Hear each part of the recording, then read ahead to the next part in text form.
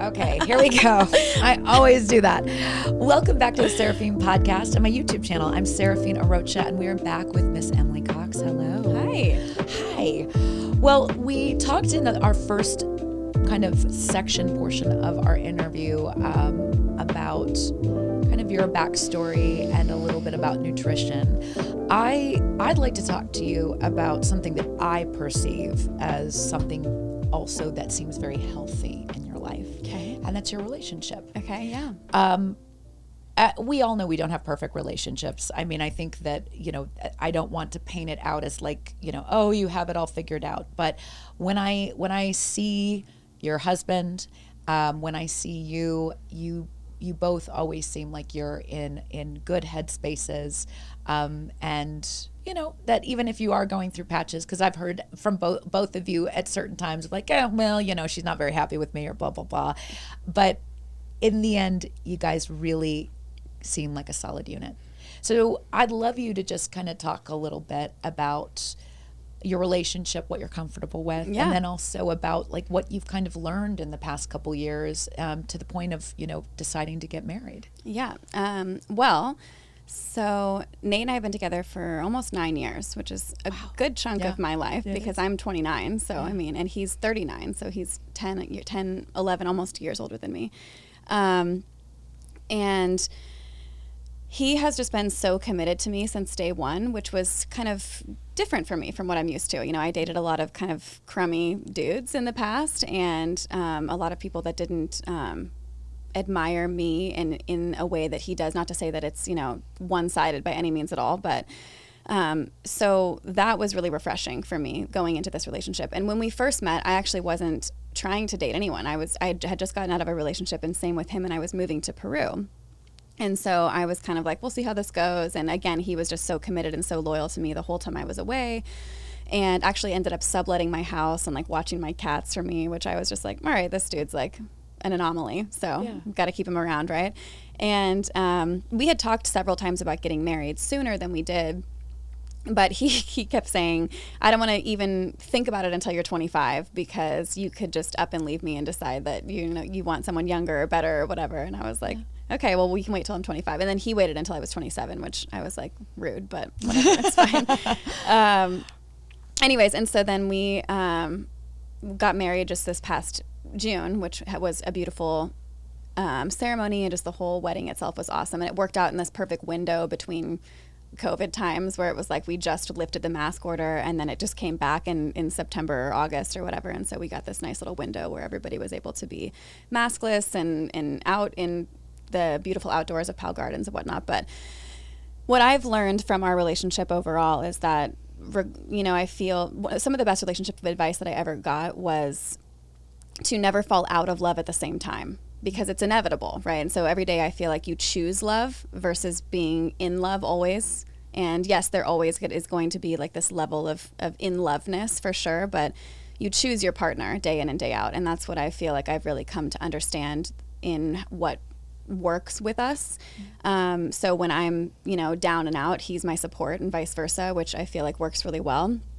And we both kind of create and make space for this like individual sort of evolution as well as a relationship evolution. So we're very open. We communicate very openly about everything that we're looking for, everything that we need, and we work on those things together. And so I feel that that's kind of the disconnect that I hear with a lot of people who do end up struggling, is that they aren't willing to work on those things together, or they take offense by their partner bringing those things up, and it becomes sort of like this power battle. Mm-hmm. And for us, I don't feel like that's necessarily an issue.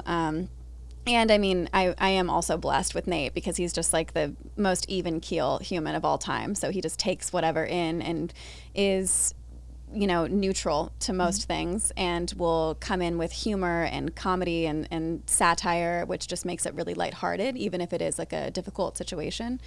And in the beginning, I felt like maybe that was kind of annoying. Yeah. Because I was like, no, you need to take these topics seriously. Yeah. And now I'm like, okay, wait, no, that's a good way of handling things, and his way of handling things, which is, again, we're just kind of trying to individually and communally sort of evolve in our relationship. So I don't know if that's super helpful or not. No, it does.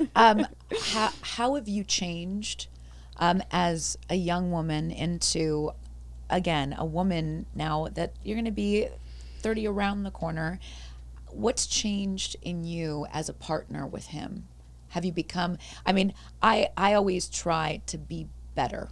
No matter what it is, I try to be better than I was before. And how I would answer to give you a better idea of what I'm asking Yeah. is, when I met my husband, I was definitely in a place of defensiveness. I was, for things that I had been in fault for, things that I had done wrong.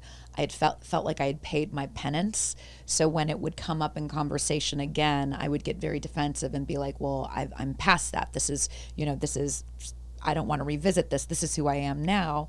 Whereas, you do have to own that sometimes patterns come up, and no matter how much you want to be past certain things, they may arise again.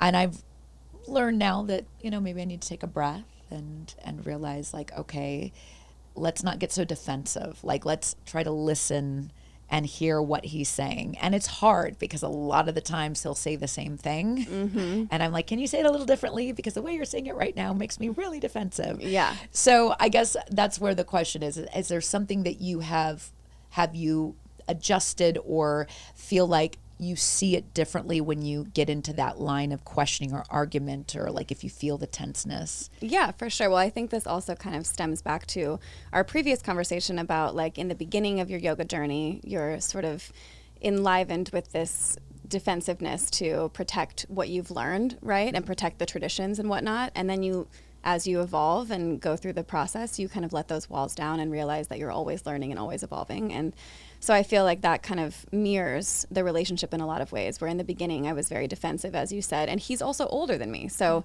there was a lot of this, like, let me coach you through life type of shit, you know? And I was can't like, handle it. I literally called Johnny Coach Johnny. I'm like, I don't need Coach Johnny today. Yeah. And so it would be like, here's how you do this thing with the pan, or like cook this type of meal versus this type. And he is a really good chef. So, I mean, I've learned, again, to sort of let those walls down. But still, in the beginning, it was very much so like, I don't need you to coach me how to live my life. Like, we can be together, but like, I'm going to be doing my own thing and you're going to be doing your own thing. And I feel like I've found a happy medium there, where it's, I take the advice in and will apply it if I want to apply it, or if it makes sense to me in that moment, and will hold less defensiveness. And I feel like a lot of that stems from, like, just over the last, 9 years that we've been together, I've done a lot of inner child work and a lot of ego work. And those are inner child and ego wounds, to be defensive about such, sort of minuscule topics. And so I feel like I've just let a lot of that go and become more compassionate towards myself and everyone around me and my relationship. I love that. And I do like the parallel of bringing it back to when you are starting your yoga journey as a teacher, and then understanding that, again, it's every day is a chance to learn and to better yourself. It's interesting to sit in front of a classroom, guide people through a practice, and get out of your own way to bring in the best class possible. Where have you seen, since kind of interweaving in and out of a classroom, have you had to adjust your teaching style coming back into a classroom versus obviously when you were teaching maybe virtually, or when it's just one-on-one? Yeah, I mean, Ashtanga is very hands-on, which is like a huge piece of why people love Ashtanga. They get these really, I don't want to call them aggressive necessarily, but gentle, aggressive adjustments, where it's helping you go deeper into a posture, helping your body sort of evolve and break up the samskaras, is what they're called. They're like energy blockages, faster and more easily than you could do on your own without a teacher. So that was definitely a big adjustment for me, teaching Ashtanga virtually, and then teaching Vinyasa virtually. It just really evolved my cueing. I was like having to almost over cue, because I can't just walk around and put people into postures, or stand at the front of the room and be like, do what I'm doing, right? Mm-hmm. So instead I would have to really try to be like, okay, how am I going to describe how to get into this posture so that people aren't confused, and so they don't have to like twerk their neck up to look at the tiny camera on their phone or on their computer to see what's happening. So I feel like my cueing really improved, and then I became sort of this over cuer online, and had to reel that in when we got back into the classroom, as to like trying to find the balance between over cueing and under cueing. And then on top of that, just the ebb and flow of trying to figure out who's okay with being touched and who's not, and just navigating that kind of like shaky ground after COVID. And I did have some, touchy as whatever, but conversations with people about that, and I definitely think that I had a few people who weren't okay with it, and that's fine. And so anyways, and then with teaching online, I was doing a lot more demonstration, which I would not be doing in an in-person class. And so it was really taxing on my body. And this whole pandemic has actually been very exhausting for my physical body. And I've taken a step back from my own practice significantly because of the injuries that I had previously that were exacerbated throughout this process. Yeah. So you teach in a lot of different places with different energies. I mean, you have Maya Yoga, which is very traditional. I think when we say yogis, people go there as part of the tradition. Then you're in kind of a health club setting where it's a little bit, it's not so focused on the tradition of yoga. It's more about the actual postures. And then you have these really fun events that are at the crossroads, right? Right. And you have a mixture of kind of all. Kind of describe to me what you've observed with the people who come to your classes now, and then how you kind of pivot as a teacher with each of them, and what your hope is, I guess, for kind of the future of yoga. Yeah, so as you said, Maya, it's a traditional yoga studio. It's an Ashtanga yoga studio. So the people who come there, they know what they're getting themselves into. Mm-hmm. And I feel to have a membership at a yoga studio, you're committed to doing yoga, versus at a health studio where maybe there's a gym and a pool and an earth bar or whatever the case may be. And so those people oftentimes will just kind of trickle into a yoga class not knowing what to expect, and then have, be smacked in the face with it, or be kind of like pleasantly surprised, And so I feel that at Maya, I can really push sort of the Swadhyaya, which is self-study component of the practice, and allow students to evolve their practice and deepen their practice by giving them more philosophical homework and teachings in the beginning portion of my class. Whereas at a health studio, it's a little bit more refined, I suppose, and more asana focused, right? So I will focus more on some of the anatomical teaching moments for them, and I will cue more in those classes because I will have such an eclectic group of people. I'll have people who come every single week for sure that love yoga and just happen to be a part or a member of a health studio kind of vibe. But then I'll also have people, like I said, that just trickle in and don't know what to expect. And then it's, playing to your advantages and your disadvantages at the same time. So I always tell my teacher training students that you teach to the beginner in the room, because your more advanced students will always, they know what you're doing. They know what to expect. And you could even say the posture in Sanskrit or in English, and more advanced students will just go there, versus the beginner student, you're going to have to describe how to get into that posture. You can't just say it, right? So it's a lot of, I think, verbal, and I call it reading the room. Yeah. You just read who's in the room and what's to be expected from those bodies and those people. And sometimes it's not always a win, you know what I mean? And that's fine. So sometimes I'll teach one time I taught at a health studio a really challenging class, and the first pose was headstand. And immediately I had 3 people walk out. And I was like, well, I mean, they weren't ready to receive this practice, and that's fine. And then maybe they'll come back, maybe they won't, doesn't matter. Maybe they weren't for me. And I think letting some of those walls down and letting some of that ego go, that you have to please everyone and that everyone has to like your classes, is something that I've evolved and worked towards over the course of my last 7 years teaching. And then with the events that I teach, I oftentimes will make it sort of like a more feel-good flow, a more flow that's geared towards all bodies and all people. And just because I never know who's going to sign up for those types of things. Yeah. And I don't necessarily want to scare everybody off, which is something that I am notorious for. Yeah. And I have to actually kind of give like a disclaimer. I taught yoga in the park yesterday, actually, at the Nelson. And at the beginning of classes such as that, where it's a bunch of new people that I've never met before, I'm always like, my classes are notoriously challenging. Please feel free to take rest when you need to. Honor your body before you honor my cues, like this type of terminology, just so that they have kind of like a precursor before they go into it. Yeah. What's your hope? I mean, when you see how, because yoga's evolved so much, even in the past 10 years that I've been teaching it, I feel like what I was introduced to in the beginning and what it means to me now and what my hope is for people. I mean, I was the person who I loved like a power vinyasa. I loved Ashtanga. And now I realize how much I truly love a restorative or a yin practice. Oh, yeah. And how deeply needed it is in so many different people. And I wish more people would not see or jump to the conclusion that restorative or a yin practice is immediately putting you into a category of it's, they associate like geriatric, it's slow, yeah. Mm-hmm. It's it's like a stretch class, mm-hmm. and again, I also would like an older crowd to come in, but I would also love to see a younger crowd come in. I feel like we need to sit a little longer and to feel our bodies more and to breathe a little more. Yeah. That's my wish for yoga. Mm-hmm. And a little less, I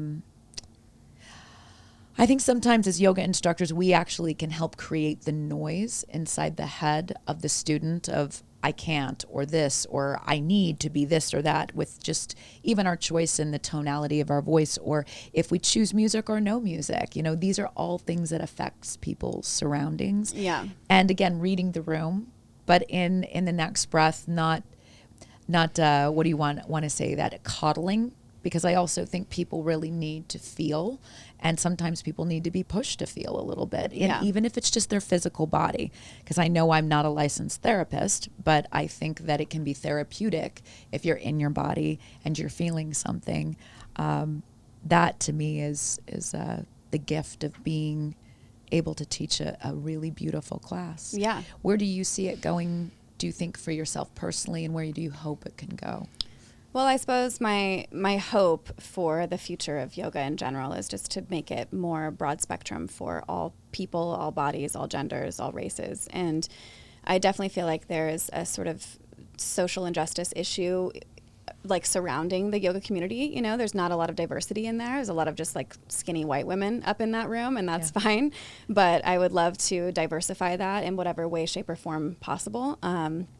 And so there was several months, especially during the, newly awakened group of people that have just arisen from this Black Lives Matter movement and from the racism that is becoming more and more apparent every day we, live our lives, that we were donating a portion of all of our proceeds to the BIPOC community. And so I feel like things like that are great, but it's like, how do we get those people to come to the classes? It's like, I want them to feel welcome and comforted and included. Yeah, and included, really. And I don't think that there's enough of that, and I don't have the answer right now, but that's something that I do want to work towards, finding more inclusivity in the yoga community for sure. And with that said, trauma lives in our body, and so we can utilize those tools and therapies, like you just, kind of said, that yoga is a therapeutic endeavor. And so I think we can utilize that to help a whole genre of people heal from whatever it is that they're going through, be it systemic racism, or be it that, you had some childhood trauma that you're working towards, getting out of the body and getting out of the mind, or maybe it's still in your mind and you need to get into the body and then work through that through the yoga method. So I definitely feel like that's where I would like it to go from a broad spectrum standpoint. And then me personally, I want to find, again, more inclusivity in my classes for sure. But I also recognize that my classes are not for everyone. I don't ever see myself teaching necessarily geriatric yoga or restorative or yin. Not to say that I don't like those things by any means at all. I just am trained and know what I really enjoy. And I think this kind of comes back to, the business of yoga, and you find your niche market and you find your ideal demographic. And I feel that mine is more for the vinyasa and ashtanga based formats. But I'm happy to refer people out to whatever they need to be referred out to. And so for me, I would like to kind of virtualize my offerings a little bit more. So this is something that I'm working towards in the next few years, is kind of figuring out how I want to go about that and how I want to just get my name out there more and offer more yoga to more people online and in person. So So I'm gonna get a little bit more on the. I love when I can learn about the person and what they do day to day. I also like to peel back a little bit of the layers and see, like, all right, Emily, who is she at home? How is she in her personal life? What is something that brings you a lot of peace? I envision you, because I've seen these beautiful photographs of your garden and on Instagram, and I envision you like on a Sunday, where, I don't know, sometimes your imagination gets the better of you, but your husband makes a really great morning cocktail. But in the next month, I'm like seeing you outside picking fresh herbs and making really great kombuchas. What are things that bring you some peace? Well, I'm definitely a sun chaser, Yeah. for sure. So there's, some gloomy months here in Kansas City where I definitely like get kind of, seasonally affective. But regardless, I love to spend time at the beach in the sun. So even, in the mornings, I'll go out and just like stand in the grass barefoot and just breathe, because I'm like, oh my gosh, the sun feels so good. So being in the garden, anything that would really be outdoors is my jam. So I like to go on walks around the neighborhood and all of that kind of stuff. And so Kathy Marchant, that lives over here on the west side, she is my landlord, and she owns this beautiful garden across the street from Bluebird Bistro. And she's really was a big factor in my love for gardening, because she kind of helped guide me through. And I was working for her for a period of time and kind of, trying to learn all the things I could learn about permaculture and hugoculture and all of that kind of stuff. So I just love to get my hands dirty and in the dirt and, playing around in any sort of outside facet. But yeah, the beach is really my happy place, for sure. Where would you say, when you feel like you can travel a little bit more, what's on your bucket list of like top 3 places you'd like to go? Okay, so Greece, Greek islands is like top of the list right now for me. Iceland is another one. Yes. And I would really like to go to I'm sort of kind of, this is how I go about things when I travel, especially if I'm going to go super far. If I'm going to go on a flight that's 12 hours or more, I'm going to try to stay for 2 or 3 or 4 weeks and visit all the places in that area. So I want to visit Cambodia and Vietnam and Thailand and Australia. And so I'm kind of thinking I could bring those into one trip. Yeah, However, that seems like it would be a lot, but still, it's just like I went to Bali, and I was only because I was in India, and I was like, okay, I flew 16 hours to get here. Like, I'm not missing Bali. It's a 2-hour flight from India. So yeah. Well, Nate is a former road warrior. I think he did sell his bike, right? So he's actually about to sell his bike, but his dad is bringing another one for him this weekend. How do you feel about when you get on the back of the bike and put your arms around him? And are you wind on the face and the sun on her back, or what? Sun on your face, wind on your back, girl?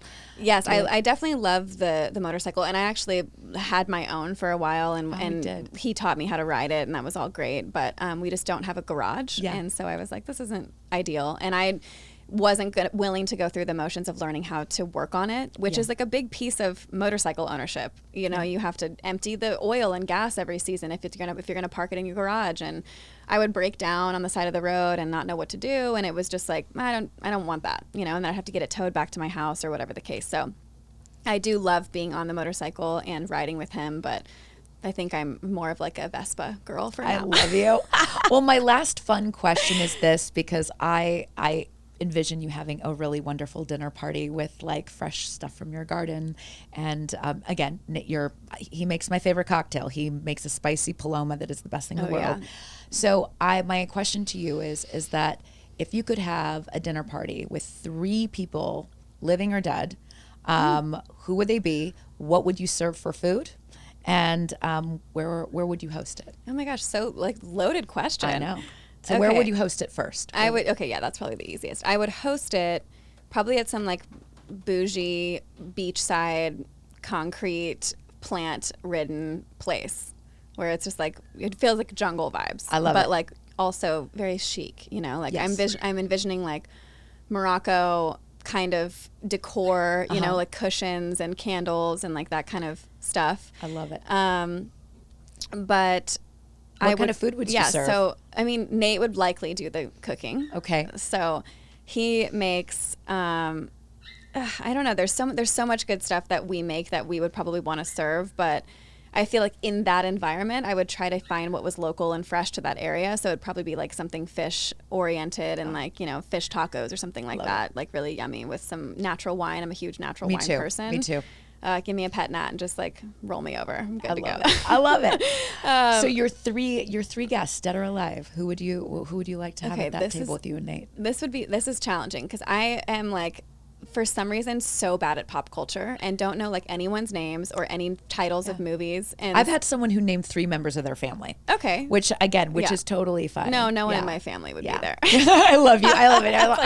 I'm wait a second. If I could have anyone in the world that are alive, sorry, mom, dad, all you guys. I feel like Nate would have to choose like one of his rock and roll people. Yeah. And so I'm going to give him one person for sure. And then I'd probably choose like a yoga person. Like Kina McGregor is my yoga teacher, and she's like world-renowned yoga instructor and lives in Miami, and she comes here all the time, but we've never been able to like sit down and have a casual conversation. It's always been like in workshop setting where I'm like, hi, please answer 18 questions that I have written down for the last 2 years. So maybe someone like her, and then I don't know. I feel like just like a really famous person, just to kind of see what would happen there. Somebody who's really funny, or I don't know. Nate and I just went and saw Dave Chappelle for my birthday, and that was awesome. And I think he could be a good person to have like a sit down meal with. And I totally agree with you. I think hilarious. And comedians are great. They really are. I think they're witty. I don't know if you saw Chris Rock has got a new kind of format that's on, I think, Paramount Network or something like that. It's called Heart to Heart, and oh my gosh, he does not put any bells or whistles on it. It gets a little uncomfortable. It's a whole lot of funny, and he drinks a whole lot of wine. So it's really good. You'll have to check it out. For sure. Well, I have loved sitting down and talking with you. I'd love to do more of it. I know that you're going to keep growing your business, obviously, with the rebranding. Maybe you can come back and talk to us a little bit more about what you're offering. And you've definitely opened up me and Erin. In between our interview, me and Erin were like picking her brain all up. We're like, wait, do I have a parasite? I love it.